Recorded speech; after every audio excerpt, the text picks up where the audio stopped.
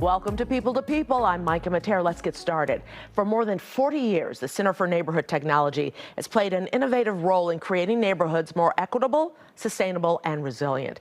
The organization has national reach, but it's based right here in Chicago. CEO Nina Itamudea is joining us right now. Thank you so much for joining us, Nina. Thanks for having me. It's the holiday season. You look all festive and everything. I love this. I tried. Yes.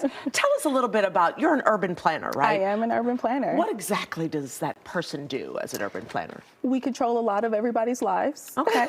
Simply put, we think about development. We think about where something is built, how it's built, how long it will last there. Think about it as if an architect thinks about how a building looks, an engineer thinks about the stability of that building, and an urban planner will think about what that building will be used for now and 100 years from now. Well, that makes sense. Yeah. That makes sense. And so you go into the neighborhoods and make them better for people. Yeah, well, a lot of the times we're mirroring what community wants. So I wouldn't necessarily say we're making them better for people. Okay. We're trying to advocate for people of the things that they already know that they need and making sure that their leaders can hear those things. For instance, what would you be trying to advocate for? At the Center of Neighborhood Technology and the organization I just actually started in the last 3 months. What? Last 3 months? Yes, in the last 3 months. Congratulations. But after a decade in government, and what I really love about the Center for Neighborhood Technology is that it kind of merges the needs of the people with advocating in government and thinking about what do your government leaders need to know, what kind of research should they be using in order to affect the change that people actually want. So for example, for CNT, we work a lot in climate resiliency. So all the rain that has been happening, all the flooding that has been happening, we work with communities all through Cook County, obviously through like the south suburbs and the Calumet region about how their basements are flooding and thinking about ways to mitigate that, but then also going to their political leaders and say, this is a problem that has already existed. This is how you should be using your power, your privilege, your resources to help these people so that they can live in their homes without the worry of their floods. So you're kind of an advocate for people like that, especially in low-income neighborhoods, right? Absolutely. We do a bit of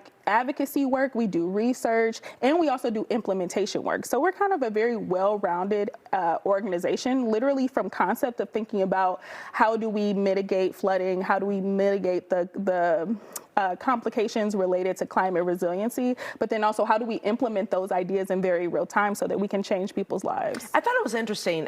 You mentioned how in Logan Square and places like this, where the L stop is, they made it beautiful. They made it better for the community. But in places like on 95th Street and South Shore, that's not happening. Yes. We also work very closely with our transportation leaders. So it's think about CNT as a way to think about how communities have the opportunity to thrive in place. So access, so that includes transportation, making sure it's equitably designed, making sure that it's affordable, where you put your housing, is it actually going to be safe for you to live there, play there, go to the playground, open space. So yes, we think a lot about transportation. How are you received by the government?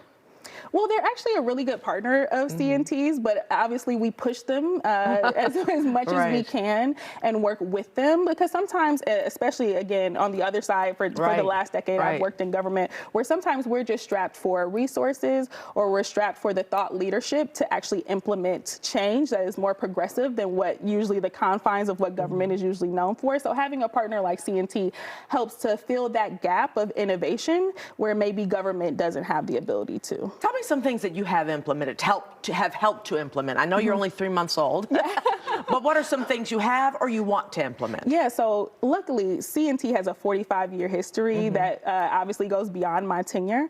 We have our Rain Ready program that helps constituents think about the flooding that may be happening in their basements or in their neighborhoods and gives them resources for how to mitigate that, but then also advocate for themselves with their local leaders as to making sure that this is not an ongoing problem like it has been. And it's not only, I mean, it's based in Chicago, but it goes, world, countrywide? Yes, our home is Chicago, but we have a national presence. I think one of the things that makes CNT so unique is our kind of pedagogy of change. And so when we work with our national partners, we're more so teaching them the pedagogy of actually making sure that community voices are not only heard, but embedded in their process for change. And that's what we've been able to really hone in on in Chicago. And so we like to share that knowledge across the nation. And does the money come from the government? Where does the money come from to implement these changes? Yeah, so a lot of our contracts or a lot of our work is with government, especially since we work with community-based organizations organizations who can't really take the requirements or the paperwork that it takes to work with government or even get funds from government. So we're in a lot of times a pass-through to these organizations where we'll take the administrative costs in order to make sure that our CBOs, our community partners, can get that funding without all the red tape. And I bet there's some negative parts to your job, aren't there?